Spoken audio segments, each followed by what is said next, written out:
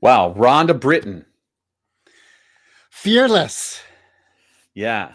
Um, there's so much available energy in this podcast. We couldn't really fit it all into an hour. So it's like 1 hour and 2 minutes or something. But it could have been 5 hours. This woman has so much to give the world. And just, I think you and I, between us, maybe got 4 questions, 5 questions in. Maybe. And that's, she did give us permission to interrupt. oh, I'm not saying there isn't a problem with that. I'm just saying that this is like, someone turns on the fire hose and here we go. Like, get ready for a ride, people. This is going to be fun. Yeah. And there's a free gift. So stick around to the end of the episode to collect your free gift. And we really just barely touched the surface with her. There's so much that's available through fearlessliving.org, which is her website. Yeah. And I just want to say, like, I really appreciated your question to her of asking her to break down fear and the components, I'm paraphrasing, but to healing that element or being aware in fear, how to be aware of fear and then remaining aware through fear. So that question you asked, I think that was one of my highlights of this whole episode. Well, and I think it should be said that there's a trigger warning here for people. There is some trauma that Rhonda experienced in her life that will be a little bit difficult to listen to. So just be aware that if you're in a fragile state at all, you might want to push pause when she gets ready to tell her story about that. And otherwise, wow, what an amazing woman. She's just giving us all so much, and you're in for a real treat. So stay tuned for Adrenochrome Cola, and please support Blast and the Compton Cowboys. Subscribe, comment, share, and feel free to write to us or call us if you want to be on the show. Sis, hallo? Blijven. Bestuurziger wegen dem. Yo je iets niet, joh. Sitaki ubenza, anika sirikie. 2 outlaws on the lam, taking the back roads through America. You can't drink enough coffee for this show. And now it's time for Monday Madness with the Moped Outlaws, Greg and Mark. And we're live or recorded. It's another episode of the Moped Outlaws. Today we have Emmy Award winner and 4 times best-selling author, repeat Oprah guest, and TEDx speaker, Huffington Post contributor, and master coach, Rhonda Britten. Thank you for joining us. It's great to have you here. And honestly, just listening to what I've listened to and researching this podcast, I feel a little less fear in this moment right now. Well, that is a good thing. That is a good thing, right? Because fear is the thing that holds us all back. So if you feel a little less fearful, even just researching me, I am a happy woman. Yeah. You seem happy in general. Like it's great connecting with you, and the work you're doing really seems to be making an impact. And that feels like a vibrant source of joy for you. 100%. I mean, it's when you find your purpose, some people say, like, I want to find my purpose. I want to find out the reason why I'm alive. Well, this is why I'm alive. And it's why I experienced all the crawling through glass when I was younger, and all the horrific day of my life, and all of those things finally added up to here. And I'm really grateful for that. So I don't take it for granted 1 minute how much effort it took for me to do what I do today, as well as the effort and the willingness it takes for every student and client of mine to actually say, yes, I actually want to move beyond my fear. Because most people don't even know they have fear, right? I didn't have any relationship to the word scared or afraid. And I think that's true for so many of us. Do you think that it takes a conscious choice for an individual to change their life? Well, that's a really, really good question, because does it take a conscious choice? I would say yes. And sometimes life it puts your back to the wall. And so it doesn't feel conscious at all. It feels like the only choice you can make. So I don't believe that everybody is like, I am now going to change my life. Right. I don't think that's true. I think a lot of times the biggest moves we make is because we really do feel like we have no choice. So that is, again, a conscious choice, but not one chosen freely, so to speak. All right.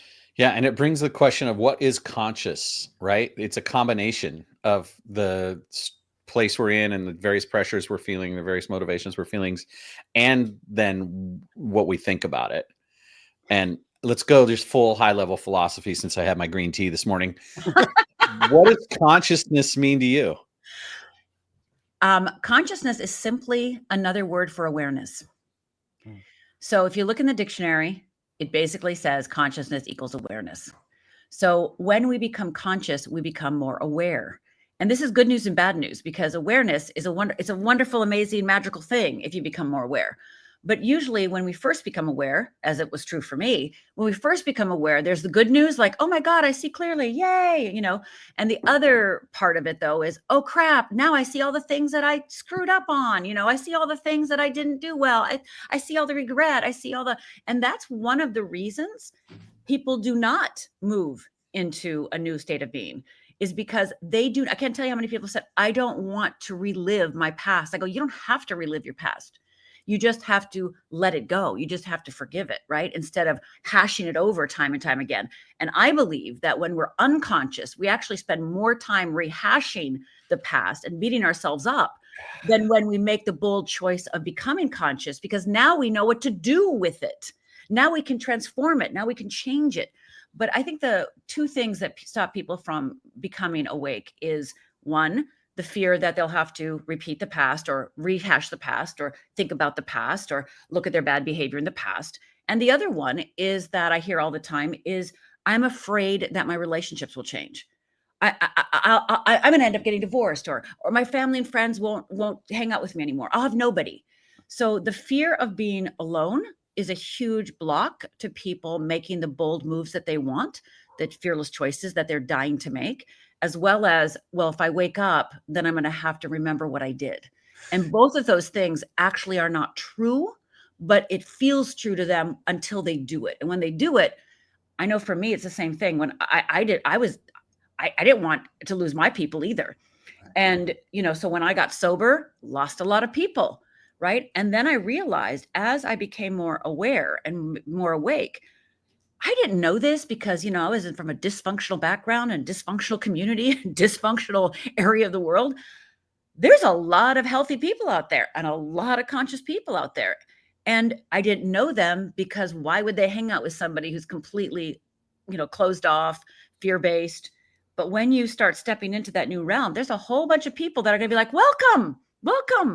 Because as you get more conscious, there's less competition, less worry about what people think. There's just this freedom because everybody is no longer trying to get a small piece of the pie because everyone knows there's a lot of pie. Right. The other thing I noticed for myself just a week ago, I had this feeling of a lonely path, like I'm alone. And I thought, well, why am I not appreciating my own company?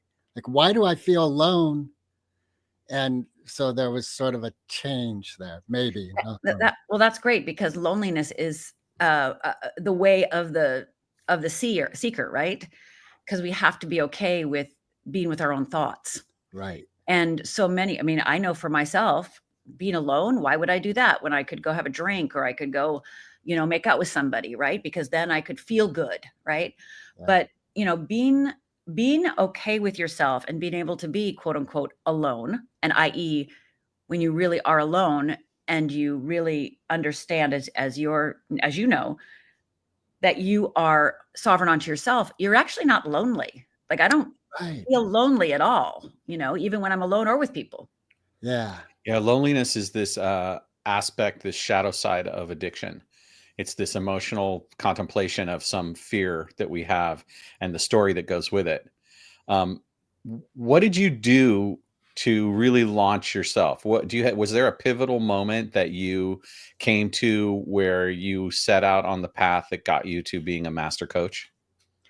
Oh gosh, yes. And I believe that the worst days of our lives are actually our seeds for our destiny. We don't see it at the moment, of course, because we're too busy, crawling through glass. But when we look back at our lives, we can kind of connect the dots, so to speak. And in hindsight, we can see, oh, that really horrible day of my life actually was the catalyst for me to become who I am today, and become where I am today, be where I am today. And so that is definitely true for me. And that day, my worst day of my life was when I was 14 years old. And I grew up in a little tiny town in Upper Michigan, 365 inches of snow a year, 2 restaurants, Douglas House, Buffet Hotel, and Big Boy. And it was Father's Day, and my parents were recently separated. And my father was coming over to take us to Sunday brunch, which was a big deal because I have 2 sisters. There's 3 kids, 2 adults. That's 5 people. That's a lot of money where I grew up. That we didn't go out like that. So my father was coming to take us out. Big deal. My sisters are in the bathroom fighting it out. Our one bathroom. I'm in my mom's room. She's fluffing up her beehive hairdo, putting on her blue eyeshadow, rose-colored lipstick. My dad comes walking in. Come on. Let's go. Because that's what dads do. And me and my mom start walking out. And my 2 sisters are still fighting it out in our one bathroom. And as me and my mom and dad start walking out, it's starting to haze and sprinkle a little bit.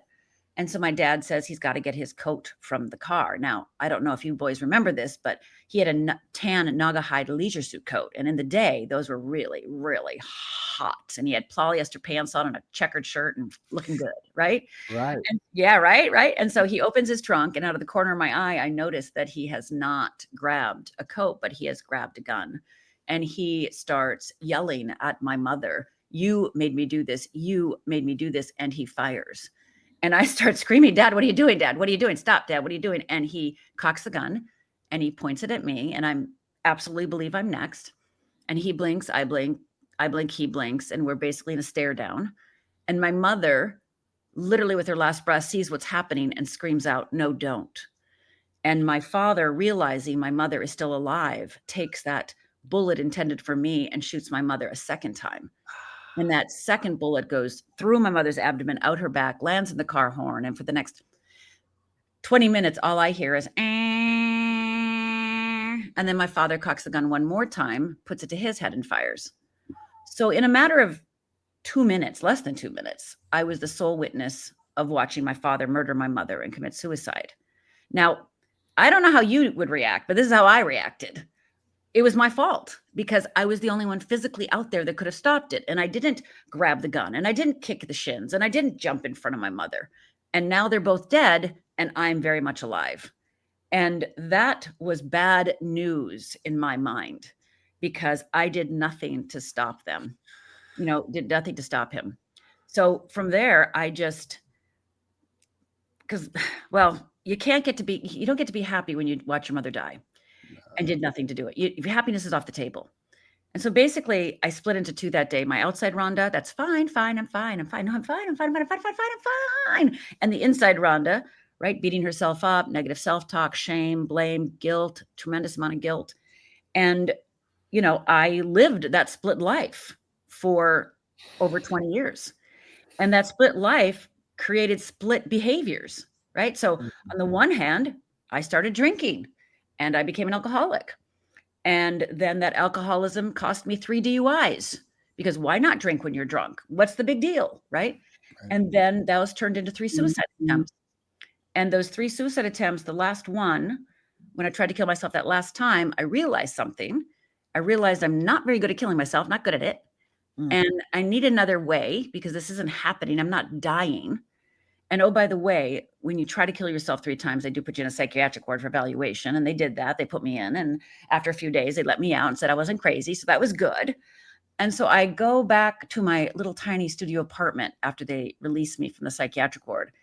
And I think to myself, for the last, ever since my parents died, I have tried everything to help myself too. Besides drinking and DUI and suiciding, I was reading books, and I was going to workshops, and I was going to therapy. I was doing everything I could.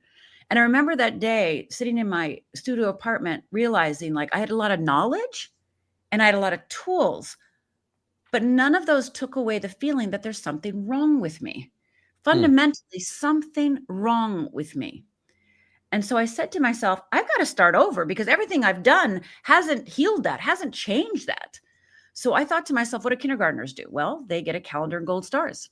So I went to the store, got a calendar of gold stars, and I gave myself a gold star every day for the next 30 days. And anytime I did anything good, I gave myself that gold star. So I earned every gold star for the next 30 days.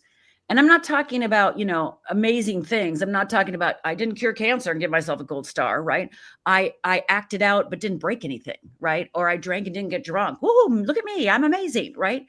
And at the end of 30 days, I had a calendar with gold stars. And that process did a couple things for me. One, it was humbling. It was a humbling moment waking up after your third suicide attempt and not dying. It was just like, what the hell, right? Like, what the hell, right? Right? Like, what the hell, right? What the hell? Yes. And so it's humbling. And then the other thing, it was just petrifying to actually realize that I had to face life. And I had never had any relationship to the word fear or scared. Hmm. And so that was actually so many years later was when I was, getting sober enough and realizing that all those times I drank and all those times that I acted out, I was just running from fear.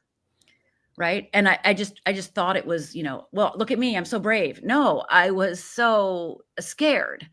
And it wasn't until I really got humble enough and really willing enough to actually admit that I was afraid and I was scared that my life changed. That's Wow. what it took. Wow. Was there some sort of mentorship that you discovered in that moment? Or did you just sort of manifest this out of your own capacities through what you read and what you'd expose yourself to?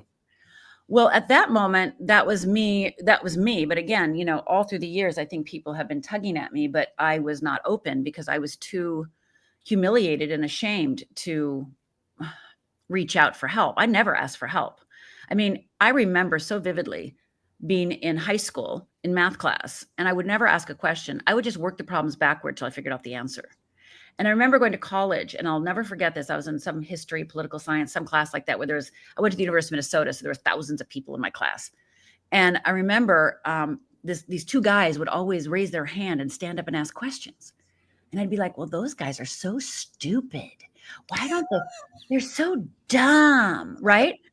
And as I went through college, I started realizing all the straight A students were the ones that asked questions. That occurred to me, but I didn't do it still. I couldn't ask for help or ask a question because that was in my family where I grew up. That was, you were dumb. That was just horrible if you asked a question. So I never asked a question. So I'm not saying that I didn't get influence, of course, with every book, every workshop, everything I ever taught, everything I ever did. But also as I started moving through into sobriety, I definitely wouldn't be sober without a friend of mine who was brilliant at getting me sober, just brilliant at it. And then I had a mentor as I was now sober. I think I was sober how many years at this point? Maybe I was sober 5-8 years at this point. And he supported me in recognizing my next path. And then I was in a ministerial program to become a spiritual practitioner, and my minister was my mentor. But those were after I got sober. During my sobriety, during my drunken years, I would say that people tried, but the light didn't go on until I got sober. Did you have a moment in your life where it's almost like your shadow self, almost like the devil aspect of you comes and goes, "Hey, Rhonda, you did it. You've done 8 years of sobriety. It's great. You should celebrate." No, because I had that moment at the 3-month mark. So here I am sober. And my friend Bill is the one that brilliantly was so clever in how he made me recognize my alcoholism. He was a bartender at a restaurant I worked at, and I was waitressing. He was bartending, and he's sitting at the bar one day, and he's cleaning a glass, just casually cleaning a glass. And I was an actress at this time, and he was an actor, and he's the one that helped me get into acting class. And he's like, "Oh, Rhonda, it's going to be such a bummer." And I'm like, "What, Bill? What?" He goes, "Well, you're a really good actress." I'm like, "Well, thank you, Bill. Thank you so much. I really appreciate that." Right. And he goes, "Yeah, but it's going to be so sad." I'm like, "What? What's going to be so sad?" He goes, "Well, you're so good. You're going to become successful." And I'm like, "Oh, okay." He goes, "Well, as you become more successful, then you have more pressure. And the more pressure you have, the more you're going to drink because alcoholism is progressive disease. And so you're going to be at the height of your career and you're going to lose everything." And I remember looking at him going, "Lose it? I'm not going to work my ass off to lose everything. What are you talking about? He goes, well, Rhonda, you have a drinking problem, so it's just going to get worse. And I was like, how dare you think that? How dare, right? And so I said, I'm going to prove to you I don't have a drinking problem. And he goes, okay, great. And I said, no, typical alcoholic. This is what I set up. I set up, I'm only going to drink one a day, right? Not give it up, right? I'm just going to drink one a day. And you know what? If I can drink one a day, that's going to prove I'm not an alcoholic. And he's like, okay, better if you didn't drink at all. I'm like, yeah, well, I'm going to do one a day. So I did that for 30 days and I had one a day. And about, 10 days in, 2 weeks in, I started recognizing that my entire day, my whole brain was occupied with when I was going to have this magical drink. Wow. Would I have it? If I had it at lunch, I couldn't have it at happy hour. If I had to have it at happy hour, I couldn't have it at dinner. If I had dinner, I couldn't have it after dinner. If I had it after dinner, I couldn't have it before I went to bed. I have to maximize my one drink. And I would spend the whole day trying to figure out how to maximize it. Wow. And that's what made me realize I was an alcoholic. I was like, oh, wow, look at how obsessed I am. And so by the time the 30 days hit, I had to face the fact that I had a drinking problem. And that was really, I had suspected, like I'd taken all those glamour quizzes, and all the quizzes, like, do you have a drinking problem? I'd always fail, but I'd always be like, come on, nobody can pass these things. Magazine's not real. Yeah, these are for straight people who never had a drink in their life. This is stupid, right? Yeah. But after those 30 days, I was like, oh my God, I have a drinking problem. So now here I am 30 days, 3 months later, based on your question. And Bill had made me promise if I ever wanted to drink that I would call him.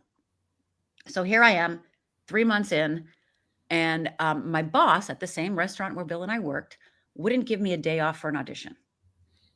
I was livid because I still didn't have tools on how to manage my emotions at the time, right? I was just sober, right? And so I remember leaving work, going to the bar next door, telling the bartender to pour me a B-52 shot. And then I was like, damn, I told Bill I'd call him. Damn. Right. And so no cell phones back there. So I used the, phone in the bar because of course they knew me because I was right next door. And so I called Bill. I go, Bill, here, I'm calling you. Gonna have a drink. Already poured B-52. I'm gonna shoot it down. Just promise I'd call you. So there, I did. I called you. I did. I was like, I called you. And he goes, okay, well, I just have one thing. I'm like, what? I got that B-52 waiting. Okay. He goes, so you're drinking because Karen, our manager, got you mad. Yeah. She can't believe her. He goes, okay, Rhonda, well, if you have that drink, then Karen is running your life. And I went, what? Yeah, what did you just say to me? He goes, well, Karen is running your life. If you have that drink, then Karen is pulling your strings. Karen is making your decisions for you. Okay, well, that pissed me off even more, right? And so that is what I've used ever since that 3rd month anniversary. I've been sober now. It's going on 37 years. Wow. And every time that I want to, whatever, anything comes up, I go, well, if you have that drink, then you are letting that situation, that person, that event run your life. And I'm like, no, I'm not doing that. Yeah, that's powerful. And eventually acting led you to becoming of service to people, right? I'm sorry, say that again. Somehow this path led you to becoming of service to people. Well, so when I got sober, I actually quit acting because I realized the more that I worked, because I was getting more and more work, because I was good, I didn't enjoy it. I realized I liked acting classes, not actually jobs. And so I remember going through, whatever, I don't know how many months it took. It took a while, probably took a year for me to really say goodbye to that. And it was a big deal because I'd wanted to be an actress since I was like 4, right? Since I was a little girl. And so giving up my dream of being an actress, it was definitely a death of sorts, right? Like, who am I now? Right. And so I had worked for a PR company for a little while. And so I hung up a shingle to work with solo entrepreneurs and do PR for them. That's what I did. So I quit acting. I went through a deep depression, by the way, before, I sit there and go, I was a PR. No, I was going through a deep depression, giving that up. And who am I? Like that identity loss, right? And, when we go through that identity loss, many times it's exciting on one hand, but on the other, who am I? If I'm not what I wanted to be my whole life, then who am I? So I started doing PR on this, little tiny individuals, solo entrepreneurs. And one of my clients was one of the very first executive coaches. And there was no coaching in the world. There was nothing like that. Nobody knew what that was. And he would always tell me, "Oh, Rhonda, you're going to be a better coach than me." And I looked at him, I go, "Do you forget about the suiciding and the DUIing and the alcoholism? I'm not like a role model. Like, people aren't like, oh, let's follow Rhonda Britten. Oh yeah. No, what are you, crazy?" And he would just always say, "You're going to be a better coach than me." And I would look at him like he's a crazy, insane person. And one day, now, mind you, I have been reading self-help books since I was 12. Okay. And really immersed myself in it. And now at this point, I'm in a spiritual practitioner training program 4 years. And I don't know I think I'm in my 3rd year while he's telling me this and while I quit acting. Right. And so I'm at his house. We're brainstorming a new workshop. And, he's at the board, whiteboard, writing things down. We're brainstorming. We're having a great time. And okay, this is the woo-woo part. You ready for some woo-woo mystical experience? Sure, we love it. You ready? You ready? Okay. So as I'm sitting on the couch, he's at the board, back to me, writing a bunch of stuff. The ceiling opens up to my right. A cloud comes out. A book is on it. And the book goes, oh, wait, where's my book? Here it is. Here it is. And it goes like this. Shuts. Goes back on the cloud and back in the ceiling. And I'm like, what the? Right. And I heard a message and I thought, well, that message can't be from me. That can't be from me. Right. So I turned around because somebody must have gone in and I thought, well, I heard it. I kind of accidentally heard it. Right. It wasn't from me. I accidentally overheard it. So I turn around to see if somebody walked in and nobody walked in. And then I look over at Paul and he's completely oblivious. And I'm like, well, that cannot be for me. Okay. So I, thank God, had an appointment with my minister the next day for my spiritual practitioner program. And I go, the sky opened up, the cloud came out, the book went, oh, like, what the heck? And I go, it gave me a message. And basically the message was, it answered every question I'd ever had in the whole, ever. I knew every answer to everything. And also it told me to go and teach it now, go and share it. And so I tell this to my minister and she goes, oh, you got the call. And I go, what do you mean I got the call? She goes, well, you got the call. That means you're ready. I go, no. Don't you remember the suicide, alcoholism, DUI? And also I left college with 3 classes left because of course I'm a rebel and I'm like, screw you, college. And so I finished my bachelor's, right? I got to go get a master's. I got to go get a PhD. Then I'll write a book. So I'll be ready in 7 to 10 years. Right. And she just kept saying, well, if you got the call, you're ready. And I looked at her like she was an insane person. I was like, no. And I just kept repeating, I got to get my bachelor's. I got to get my master's. I got to get my PhD. I have to have credentials because I'm screwed up. I drank, I DUI'd, right? Like I can't do this. And she just kept saying that to me. And it took me about 6 months, I think, around for me to even contemplate it.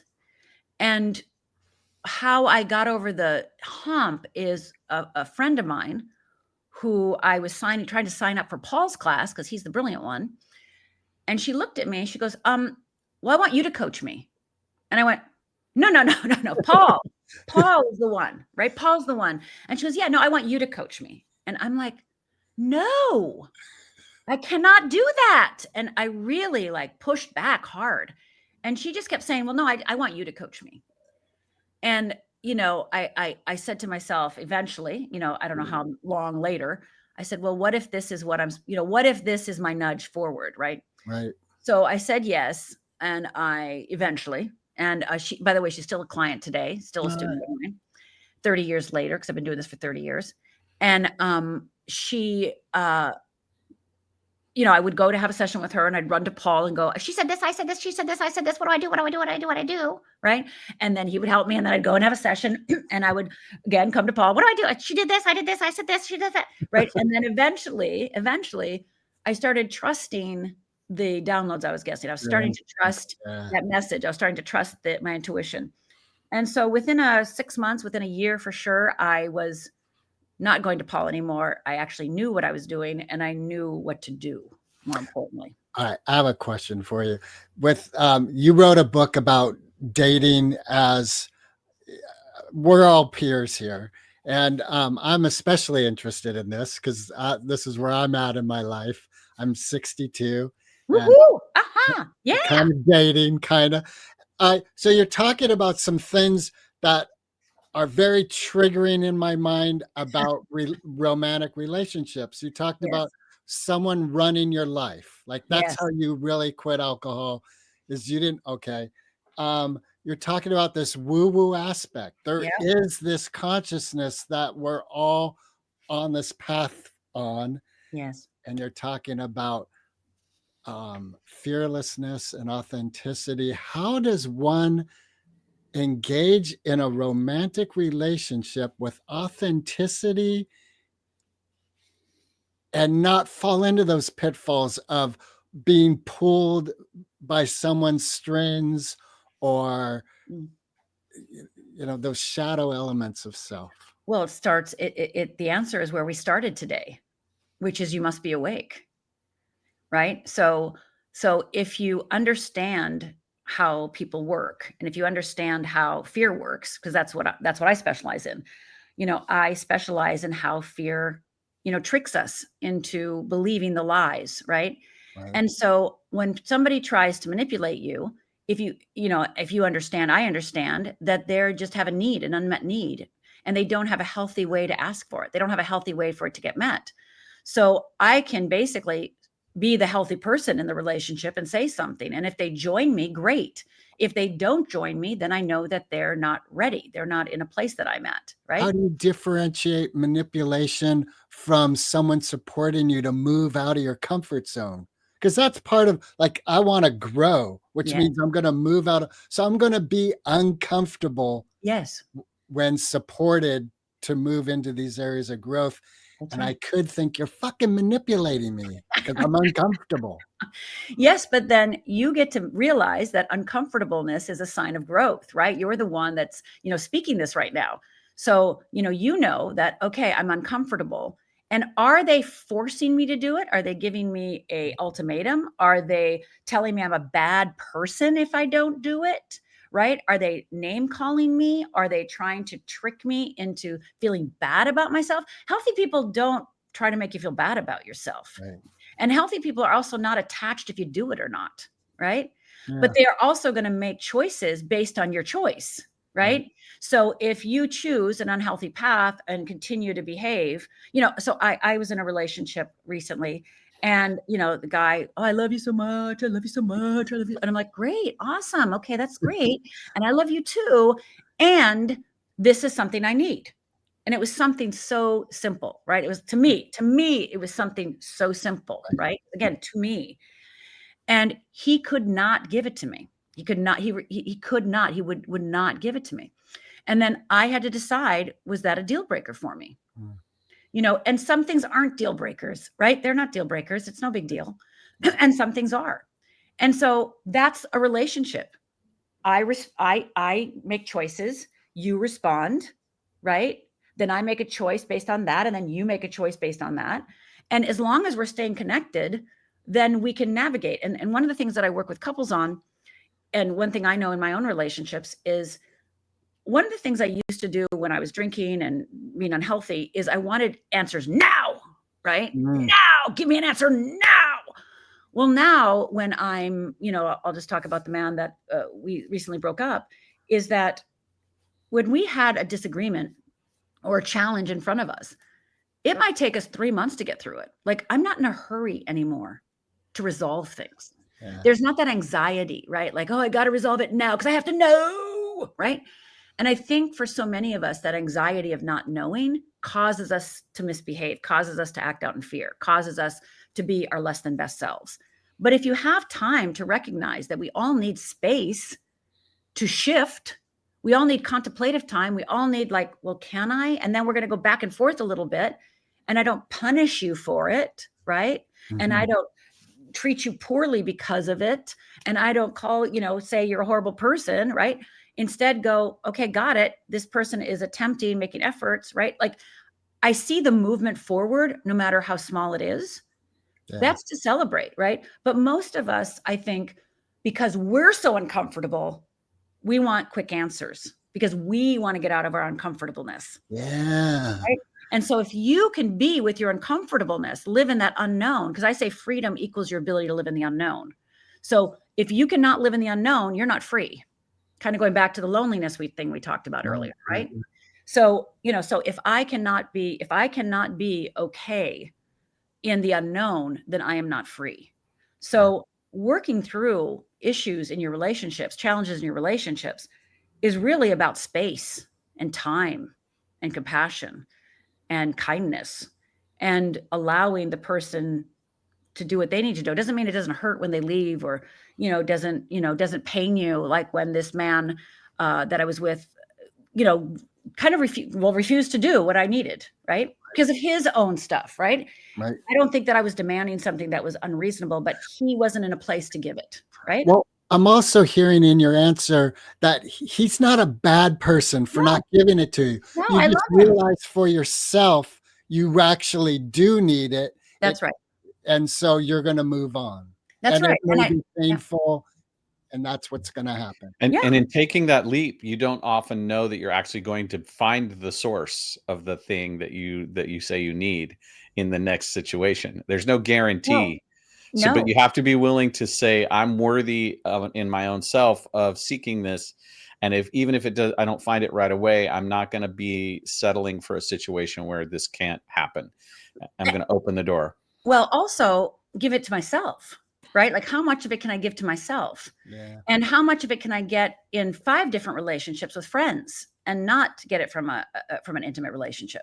But of course, there are things in an intimate relationship that in my mind, only an intimate relationship can give you. I think we're all in agreement with that. Yeah. So some things are only for an intimate relationship. I'm a monogamous personally, but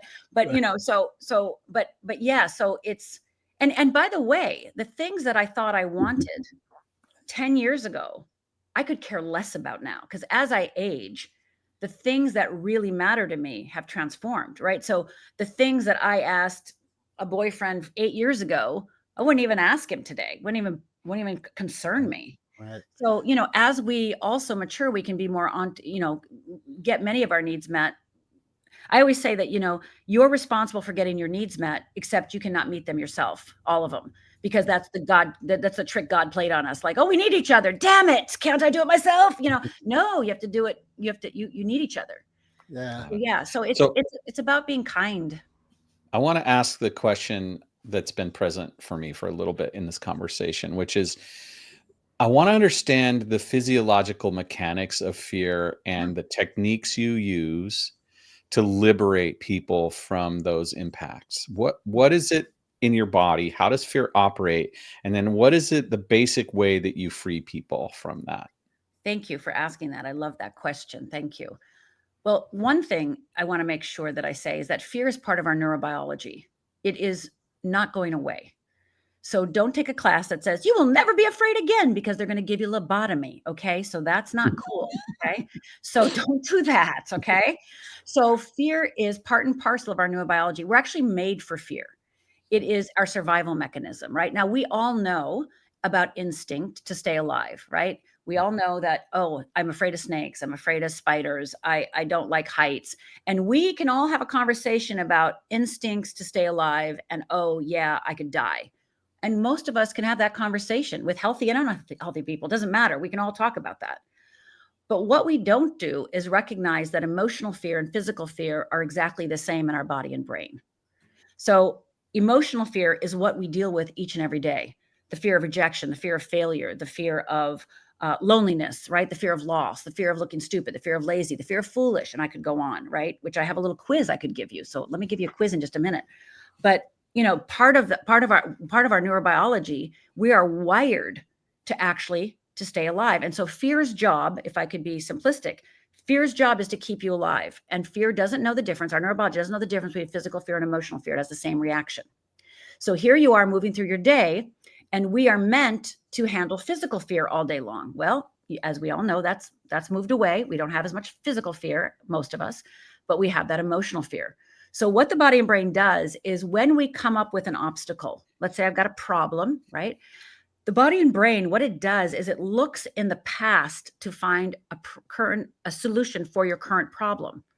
So unless you're awake and aware and do the growing into the exhausting work in the beginning of using your frontal lobe instead, you will never break out of that place. And by the way, when you start using your frontal lobe, it's exhausting because it's exhausting to go from here to here. It's exhausting until you get used to it. And then it's not exhausting. But in the beginning, it takes effort and energy to actually stop yourself and then decide, like, what do I want to decide to do? So because fear just is an automatic response. So we have a problem, fear automatically goes in the past, gets a solution, brings it to the present. You start doing it. You think it's different because it's in a different package, a different relationship, a different job, a different everything, but it's kind of got the same thing, but you don't know it yet, right? And then you end up following the same path. And that's why we all say, I can't believe I'm doing it again. I can't believe I'm doing it again, right? Because we're doing it again. Because that's the only way fear can keep you safe. Because fear looks at you and goes, wow, I've done an amazing job with Mark and Greg. Look at them. They're alive. I'm amazing, right? I got to keep them safe. And so it will just want you to repeat over and over again, because that's the only way it can guarantee. And that's why when you even think about going into the unknown, and I'm having a new thought, like if you haven't dated for 10 years and you even think about dating, fear is like, what are you, crazy? We can't do that, right? So it will start trying to shut you down immediately. Just a new thought, let alone a new action. So I talk about stretch, risk, and dies. And, I help my clients take those stretch, risk, and dies, which I'll talk about in a minute. But may I give you the quiz? Sure. Okay, great. So one of the things that I do, as I mentioned earlier, one of the things that I've discovered through my work, and this was true again for me, like I said earlier, is I had no relationship to the word fear or scared. So the day after my parents died, if you would have asked me, well, are you afraid? Your parents are dead and you saw it. I'd been like, no, I'm good. No, because I grew up with no comprehension of feelings. Look at my father killed my mother because he had no handle on his emotional management, right? That's for sure. Right. So he killed her out of fear, right? So I had no understanding about emotions or how to deal with them. They were just energy moving through me and I had no way to stop them except shutting down, right? I only could shut down, fight, flight, fright, right? So that's all I knew how to do. So once you start moving to a new place, let me read this quiz and I'll anyway, I had to just play along at home. Yeah, right. Yeah, play along at home. That's right. If you're in a safe place to shut your eyes, please do. If you can't shut your eyes because you're driving, please don't. So shut your eyes. And I want you to nod your head when you do one of these things or feel one of these things. Okay. So nod your head. Okay. So are you ready? Are you ready? For the audio aspects, you'll just have to guess. You'll just have to just nod your head if you hear any of these things. Okay. So do you ever deny yourself? Do you ever isolate? Do you ever pretend everything's okay when it's not? Do you ever hide out? Do you ever whine? Do you ever compare yourself? Manipulate? Do you ever get defensive? Do you judge?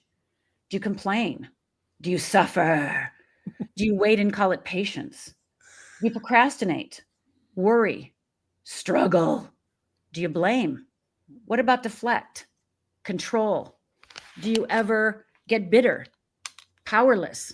Do you ever feel self-centered? Dissatisfied? Resentful? How about entitled, guilty, disappointed? Are you a perfectionist? A people pleaser? Do you ever feel irritated like you might now with me reading these words out loud? Do you ever feel overwhelmed? What about ignored? Self-pity? Annoyed? What about victimized? Go ahead and open your eyes, boys, and tell me the percentage of nods you did. Go on now. I quit nodding because it was just a constant nod. That's right. Thank you, Greg, for your truth. So whether I speak to an audience of 1,000 or 100, 95% of the audience nods at 95% of those. Yeah. Okay. Yeah. And I would dare say most are 100%. Okay. So these are the words that I call fear responses. Okay. So most people Mm. look at people pleasing, procrastination, judging, comparing, and they go, God, I wish I got to quit comparing myself. Got to quit judging myself. And we beat ourselves up for doing these things. And we think these are our problems. Judging is my problem. I judge too much. I gotta cure that. I gotta fix that. I'm a people pleaser. I really gotta stop doing that. I gotta stop doing that. Right. And so we see these things as problems. And every time we see one of these things as a problem, usually for most of us, we're self-deprecating, right? We're beating ourselves up, or we're putting ourselves down. I should stop that. I should stop that. And we spend all of our energy pointing out how we're doing these things and how we shouldn't be doing these things. Okay. So the first thing that I do with clients, because you asked me, like, what are one of the tools? Well, one of the things you can do immediately, starting today, is starting to reframe and relabel all of the words that I just read. So for instance, when you feel overwhelmed, instead of going, oh God, I'm overwhelmed. I should know better. I should have balanced more. No, stop, and go, I'm overwhelmed. That's a fear response. Oh, that's a fear response. That means my fear was triggered somewhere, and this is my response to it. Procrastinate, stop, right? That's just a fear response. People please, stop. Don't, label yourself bad or wrong or horrible or, again, whatever all the words you want to say. Instead, it's like, no, this is just a fear response. Because once you can relabel these things, that happens to most people, then what you can do is you can start looking at the fear itself instead of getting caught up in the distractions of the responses. So what I do is I help people identify what I call their wheel of fear, which is their core fear and how it operates. And more importantly, I help them identify their wheel of freedom, which is the solution, the antidote to their fear, so they can get out of the wheel of fear spinning around and around and get onto what I call that wheel of freedom, so they can live in choice. So these are a couple tools that I've shared, that I have. So fear is false evidence appearing real. How would you define courage? Well, false evidence appearing real, let's just say that, what's the other one? Feel up, arise. What's that one? The other one, the rise one for fear. So false evidence appearing real is nice. Okay. That's a lovely cliche, and cliches are always nice and they're always true because they're cliches. But when you're in the middle of being triggered, most people cannot use false evidence appearing real as their solution to get out of that. Because they have no access to it. Yeah. No access to it. So that's why I do what I do, because I can have all the cliches, all the clever sayings, everything all that is helpful. Don't get me wrong. Love that. Helpful. But I need something that I can do in the minute. Yeah. Interrupting. You need to be able to interrupt the pattern. You need to interrupt. Sure. So what I do is, first of all, I let you and help you identify all those fear responses. And by the way, one of the things people do is like, well, I only have 3. And I'm like, liar. No, you don't have 3. And by the way, then you're going to get caught in fear all day long, right? You're going to get caught in fear all day long if you don't know your fear responses. So the more fear responses you name, it's actually better. Okay. And so you see your fear response, you see it. Oh, I'm overwhelmed. Stop. Okay. Now immediately, because you'll have your wheel of freedom too, is go on over to your wheel of freedom, to your essential nature. So I'll show you mine quickly so you can see. My core fear, so that's one spoke. The wheel of fear has 4 spokes. The wheel of freedom has 4 spokes. The first spoke that activates the wheel of fear is what I call your core trigger. My core trigger is loser. Now, what does that mean? First of all, no one ever called me a loser my whole life. So if you think, oh, I know my core trigger, it's lazy because my mom called me that, trust me, that's not it. Fear is way smarter. Fear is way smarter than that. Fear knows everything you know. It's as smart as you are, as knowledgeable as you are, educated, right? It knows way more than you do. So it's way smarter. So loser for me, when I uncovered, when God gave me this download, it's like, what, loser? Because I had no relationship to loser as a concept. But when it hit me, it was like a punch in the gut, right? If somebody called me a loser, somebody I admired, respected, thought of me as a loser, I would be devastated, right? So your wheel of fear is that thing, that word, and I have 10 that are the core triggers, that if somebody thought this of you, that you admire, respect, you would be devastated. You would be flat on your back, okay? Now, the wheel of freedom, the first spoke, is your essential nature. And that part is the thing that you hid away a long time ago by the time you were 7, because it wasn't safe to expose this part of you in an environment or in a situation, etc., that was not safe. Now, I want to say one thing about fear before I forget. there is no, people always look for the why. Why am I like this? Why is this my fear? It has now been proven by neuroscience that your fears might be handed through your DNA. You may not have ever had an experience about why your core fear is what it is. So there may be no answer to a why. Okay. It is just what it is. Oh, that's brilliant. So quit looking for the why. Quit looking for the why, right? So Yeah. people, I mean, I had one woman recently come to a 3-day workshop, and after 3 days, she looked at me and goes, I've gotten more out of these 3 days than I have in the 20 years I've been going to therapy, right? Because I'm not about talking, even though I talk, I'm about tools and acting, right? So when I'm triggered, so I get that fear response, right? I'm overwhelmed, I'm procrastinating, I'm people pleasing, I'm whatever I'm doing, right? Stop. And I go to my essential nature. And for me, I'm talking about my essential nature, won't necessarily be yours. Mine is authentic. So now think about it. The double bind I'm in, if I'm supposed to be authentic, but I fear I'm a loser, being Then authentic. you're an authentic loser. Exactly. Yeah. You were an authentic alcoholic. That's right. Yeah. That's right. So what is authentic now? What is authentic, Rhonda, really? Right. And I had to tell myself, I didn't actually know who I was. I didn't even know what I liked. My favorite color was green because my boyfriend in kindergarten's favorite color was green. You know, my favorite food was Mexican because my ex-husband's favorite food was Mexican, right? And I thought it was my choice, but I so clearly started seeing that I didn't make any of those choices. Yeah. So when I'm triggered, I know my first place to move is authenticity.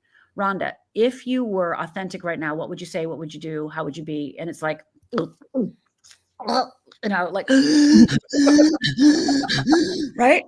And of course, it's become more healthy. And obviously, it's quicker to come. And I know how to do it now way better than I did when I first started this 30 years ago. But, you know, we don't ever get rid of fear. It's part of our neurobiology. There's no getting rid of it. So, you know, it just, my company's called Fearless Living Institute, FLI. And that FLI also stands for frequency, length, and intensity. So the frequency in which it visits you is less, the length it lasts is shorter, and the intensity is minimized. And that's how you know you're growing, not if it shows up or not, but if the frequency, length, and intensity shifts. Right. Yeah. That's so interesting, because it seems like then we're judging isn't quite the word I'm looking for, but assessing ourselves by our inner life more than our outer life. That's where life is, isn't it? Yeah, it is. Right? We're just playing a game out here, even though it's a fun game, and even though it's lovely and I love it and I want to do all those things and I want to live in this world and I want to have my skin. You know, right? I want it all. Want it to look good. Right. Well, I want it to look good. I want to be healthy. But, you know, when we're talking about, for me, I'll just speak for myself, what I've learned, and I didn't know this years ago, I didn't even know that I cared about this, is it really is about peace of mind. It really is about, am I at peace with my choices? Am I at peace with the way my behaviors? Am I at peace with the words that come out of my mouth? Am I at peace with, you know, am I at peace with the way I interact? Am I at peace with how I run my business? Am I at peace, right? So it's all about peace. And if I have awareness and make choices, and I feel that I have sovereignty and agency over myself, I automatically have more peace. Yeah. That's brilliant. Well, we're getting close to wrapping up time here. And no. Well, we have other commitments. What? And so do you. Mark, I can't believe it. I know. I'm afraid it's true. Yeah. Wait, before we do, because I have a question. This is Greg and our challenge. Like we're so into asking questions. I love it. All right. Well, I had one, but Greg, you know what? I'm not afraid. Go ahead. All right. Here's what I'm wondering, Rhonda. Were you the youngest of the 3 children? No, I was the middle deprived child. Okay. Because one thought I have with this experience when you were 14 is your 2 sisters were in the house. Mm-hmm. And I'm wondering, 1, how is your relationship with them now? And 2, it seems like part of that loser, you should have done something. You there's also like a protection for your sisters. Like seems like there was an element of responsibility there. Well, you have uncovered something. So when I was going to be a minister when I was 13, and so when my parents died, when I believed it was my fault, not only was it my fault because I didn't stop it physically, but I also believed it was my fault because I had just devoted my life to God. And the first words I hear, so the bullets are like the smoke is still from the bullets, right? I'm outside, they're falling, they're down now, but I'm still, it's just like literally right now. And this is what I hear. I will give you, I won't give you anything that you can't handle. And I'm like, are you kidding me, God? Are you joking? I know, seriously, I was so pissed about that, right? And I said, well, God, you give too big lessons. This is too big. You think I can handle this? So I basically told God, I put a line in the sand and I said, God, you go over there, love you and all. I never got angry at him or was like, I hate you. No, I just put a line in and go, these lessons are too big. So you go over there. And it took me 20 years to come back to God. I was in that spiritual program before I came back to God because I just kept saying divine light, source, whatever. I just can't say the word God because God is the one that put me here in my mind back then. Right. And so I did feel for 20 years that I was absolutely responsible for keeping my sisters alive. And that meant that I could not have a relationship with God. And so for 20 years, and then God and I wrestled, and that's another story, but I was able to, fall back in his arms. And my sister, by the way, my sister's here at my house right now. Oh, so wow. My sister and I are very close. We kind of became this unit together. Right. And through the years, obviously it's gone up and down and things like that. But well, that's one of them. What about the other one? My little sister I see next in June. One of her grandchildren's getting married, so I'm going to go see her. And I just talked to her last week. So yeah, so I'm close to my sisters. We're close, and again, like I said, through the years, it's gone up and down in the closeness, but we're close. Have you found that because all three of you had a path of healing to travel? Have you found as you have become more conscious, you were an ally for their path as well, and you guys became allies for each other in a shared experience? I would say yes and no. Like my older sister has taken classes from me and has studied with me. But my younger sister, so this is a perfect example. So I'm at a speaking event, 1,000 people in the audience, and we have lunch after my keynote. And there's my sister sitting at the table next to my younger sister sitting at the table next to me with a bunch of women, and I'm at a different table, right? And I'm looking over at my sister, checking, making sure she's okay. And a woman is asking her, "Oh my God, you're Rhonda Britten's sister. That's amazing." And my sister looks at her and goes, "She's my sister."